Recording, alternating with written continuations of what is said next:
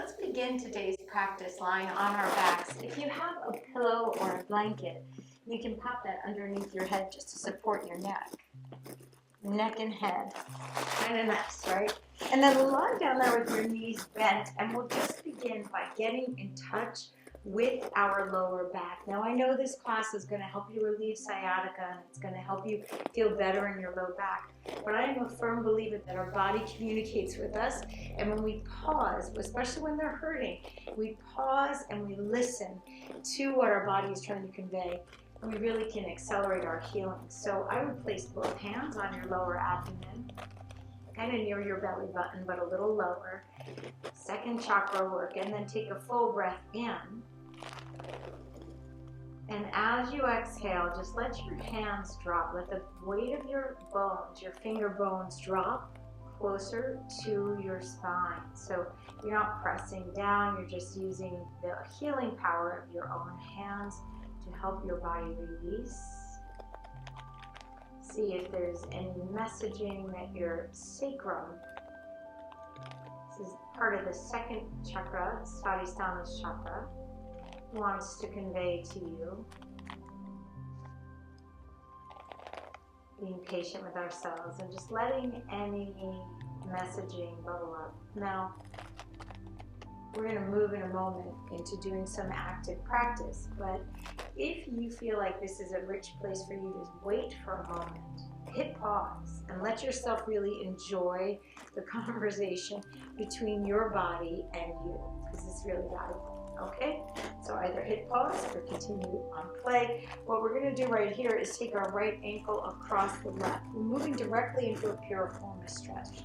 So right ankle across the left, just check in with your low back right here. Does it feel okay for you to draw your legs up and towards you? If you start to do that and your low back is like, hey lady, what's up?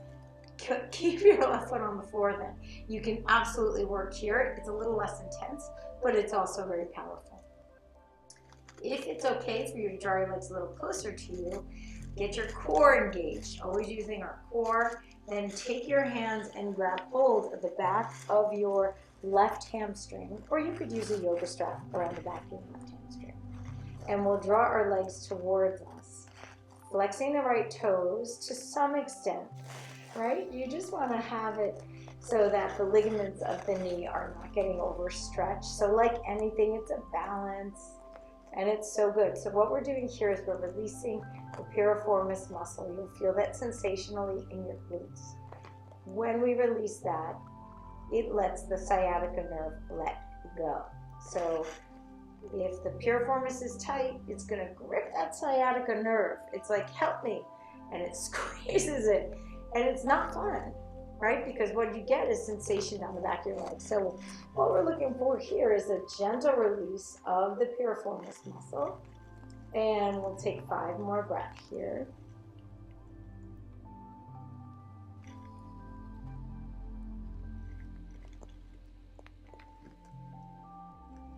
Very good. Breathing with. You can draw your legs a little closer to you if you like. Open up through the collarbones. 1 more breath. Excellent. And exhale. Place both feet on the floor. Pause. Take a full breath in. And then as you exhale, same leg, right leg up to the ceiling. So if you have a yoga strap handy, you can wrap sole of the foot, yoga strap around the sole of the foot. If you don't, you can always take your hands around the back of the right hand, interlacing them. So either way is a winner. Just go with what you got and what feels good for you today. And here you're drawing your toes down to the knee. And that's going to give you a little more access to lengthening through the back of your right leg, especially in the calf and the Achilles, but you're also getting into that hamstring. So we'll just take 5 more breaths here, keeping an eye on your shoulders and your collarbones, that they're not rounding up for you to get this stretch. We want to feel integrity and lengthen our spine and fullness of breath. So here we go. 2 more. Inhale. Letting the breath go. Very nice. There's a vibration to our breath. If you key into it, get real quiet, you can feel it. You actually hear the vibration of your own breath. Nicely done. And then bend that right knee in. Place your feet on the floor. Take a full breath here. And exhale. Let's go other side. So left ankle comes across. Draw your leg in towards you. Again, you can use a yoga strap or your hands around the back of the left toes. Pull back. And then breathing with, relaxing through the jaw. Maybe your eyes close. And maybe you actually picture your sacrum. That's that upside down, bony, triangular shaped bone, the sacrum, that is at the lowest part of our back, before the coccyx and below the lumbar spine. So it's a stabilizer. It's really quite a stable piece of our body's construction. And so maybe you just picture that. And you imagine any stress dropping through the bones and into the earth. I believe she can take it. She has seen it all. So let whatever stress is in your body, use this time now to drop it out. And then one more breath. Continue the dropping of the stress as you place your right foot on the floor, left foot on the floor. Full breath in, this can be down. And then exhale the breath out, lifting that left leg up to the ceiling. Hello, left sole of foot, yoga strap, or hands behind the leg. And then the toes drop down. And relax through your jaw. And let your eyelids relax. Now that could be your eyelids are open, your eyes are open, that's okay. But encourage your eyelids to let go of any tension. So that as we draw energy in through our eyes, either with our eyes open or closed, we're allowing our body to relax, to not be scanning our environment, but to just let go. There we go, one more breath here. Good job, excellent. And exhale, release it. We're just gonna flip over onto our tummies now. Coming into Sphinx pose. So in Sphinx pose, you're lying on your abdomen, your chest is up and your shoulders are directly above your elbows. So not out here, not way back here. You want them kind of lined up, almost parallel. Then finger bones are nice and wide. Toes are going straight back behind you. Just be careful that your ankles aren't sickling out. If you notice, and you can even play with this, like if you have your heels going out to the sides, it creates a little like yuck in the lower back. If you're sensitive to it, you can feel it. And maybe you can feel it anywhere. Maybe it's just too subtle. But what I want you to do is have your big toes go straight back. So we take that potential chaos out of our low back and we just have ourselves in this beautiful, healthy Sphinx pose. So this is a way to draw the chest forward, to lift through the vertebrae in a very subtle way. If you are feeling compression in this pose, in your low back, lower your chest to the floor and then draw your chest forward. And that should relieve the compression. If it does not, then flip over and come out of this pose and you could do Apanasana, child's pose on your back. But if there was compression and lowering it and reaching forward takes care of that, let's work there. You got 5 more breaths. And you know, we do this one on the wall too, which I'm not going to teach today, but you know that one where your toes are close to the wall, your hands are basically doing Sphinx on the wall. It's very powerful and a way to help relieve some of the pressure on the discs and draw disc material back in where it belongs. 1 more breath. If in fact the pain is due to that, which it may be. Okay, here we go. Hands underneath your shoulders. Get your tummy engaged, right? So engage your core. Elbows squeeze in. Push yourself up into a tabletop position, and then we'll draw back down into child's pose. Reach your arms forward. We're here for 2 breaths. If your head does not comfortably reach the floor, take a yoga block at the low setting, pop it underneath and breathe here. Nice. And now, come on out. If you like to pad your knees, take a blanket and you can place it underneath your knees because you're going to be in this tabletop position for a little bit.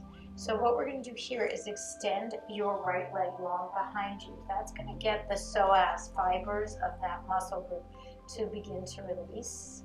So we're going to stay here for a moment or two, three, right? So breathing here, a couple more breaths.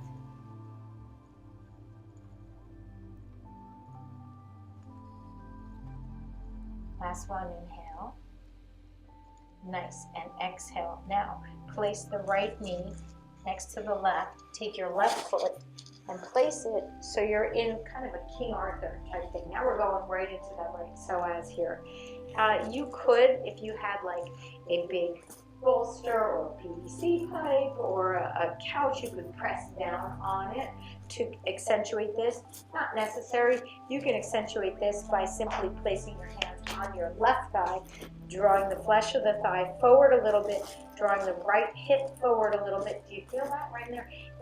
So you might feel it in the quad, you might feel it in the right hip flexor, but you're also getting a deeper muscle, the psoas. So important. And when our low back isn't happy, the psoas grips. It also can create a little bit of low back stuff, so we're just gonna let it go because we know that's what it needs. And then release it. Let your hips go back for a moment and then return, drawing yourself forward. Keep breathing, breath really big, get it all the way down the lower part of the abdomen, and then release it, let that go. One more time, pull forward. Breathe, open through the shoulders.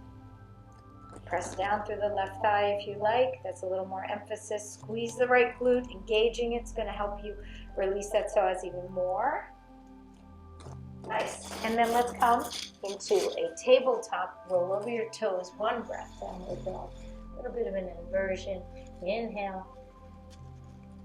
And exhale. Nice. Let's come back into table. We're going to keep the right knee on the floor this time and extend the left leg long. Press the left ball of foot into the floor. Send your chest forward and breathe here. So you're releasing. You might feel this a little bit in the low back. It should feel like it's a gentle stretch. If it feels like anything other than gentle, I would come out of it. But if it feels like, all right, there's a little activity there, a little bit of stretching, that's okay. That's good. That's what we want. We want gentle, particularly when we're getting our bodies back into alignment. One more breath here.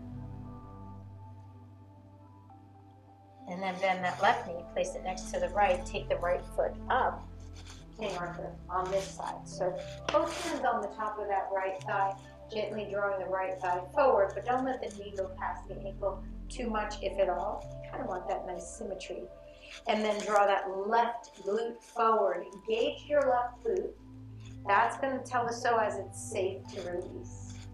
The body is so flippin' smart. It's incredible. And what we're doing is we know what it does, so we're helping it by bringing our mind intelligence to our body to help get us into a really good state, which is wonderful. And then let's release that. Let your hips go back for a moment, and then pull forward again. So you can feel, you come right out of the pose. When you do a little duck butt, the pose is done. But when you scoop it under a little bit, it's not a tuck, but it's just like a slight scoop. It's different, right? So it's not an aggressive tuck, that's what I'm talking about. And it's not sending your butt back until we release it, which we're going to do right now. Let's go, release. Butt goes back, and then back into the pose. And you can press through the thigh on the right side. Moving forward, nice, that's it. Let's go, 3 more breaths.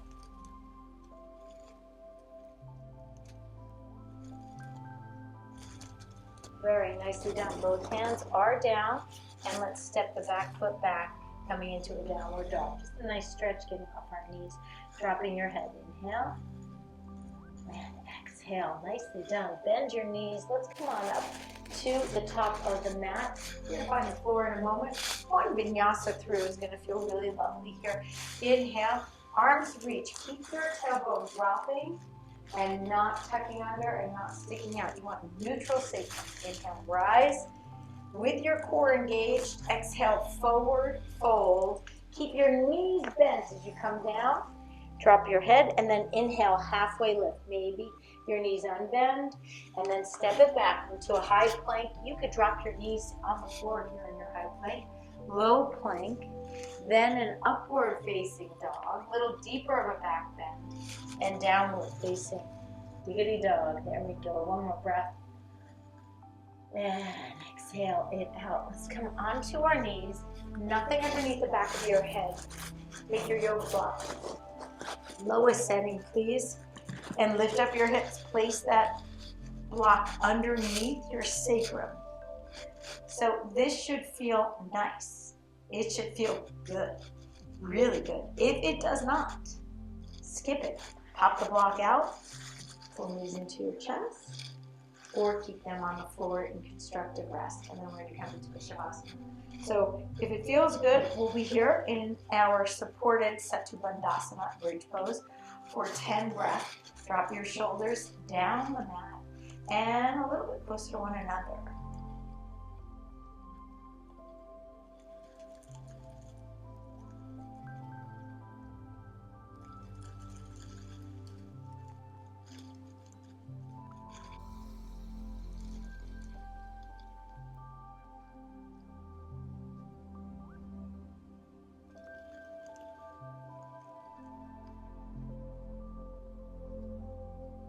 Lovely, lovely. And if you're in Setu Bandhasana, lift your hips up. Take that block out and drop it away.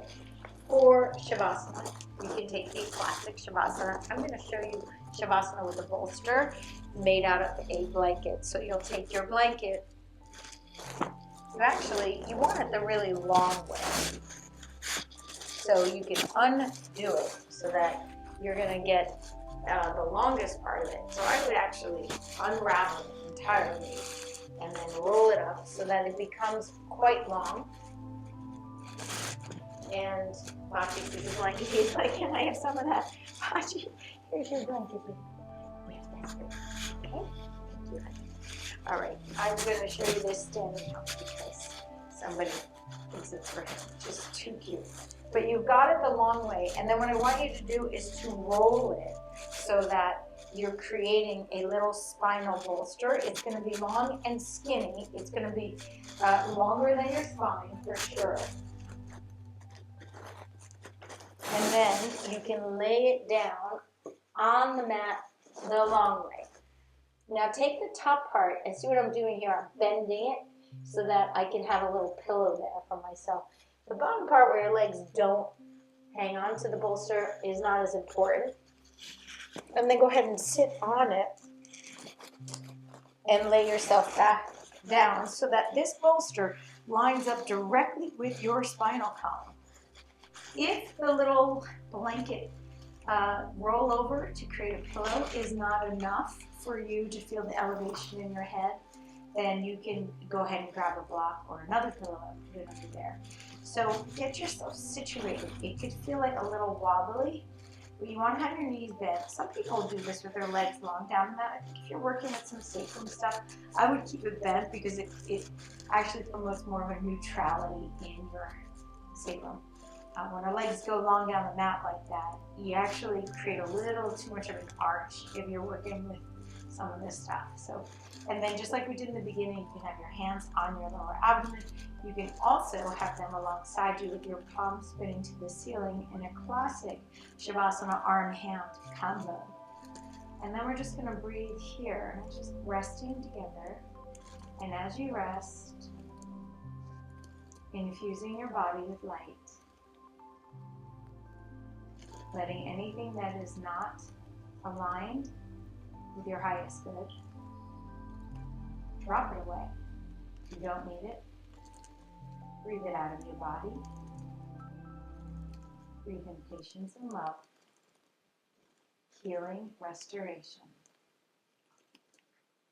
Let's rest here.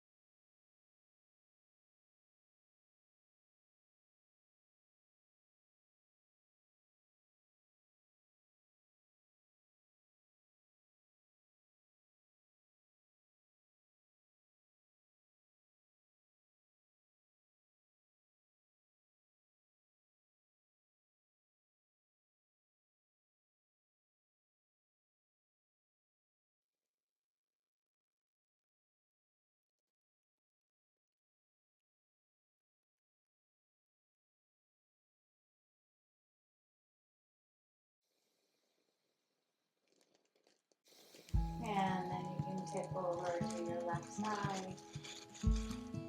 Gently pressing the earth up and away. Coming into a comfortable seated position. Namaste. Thank you so much for practicing with me. I'll see you next time.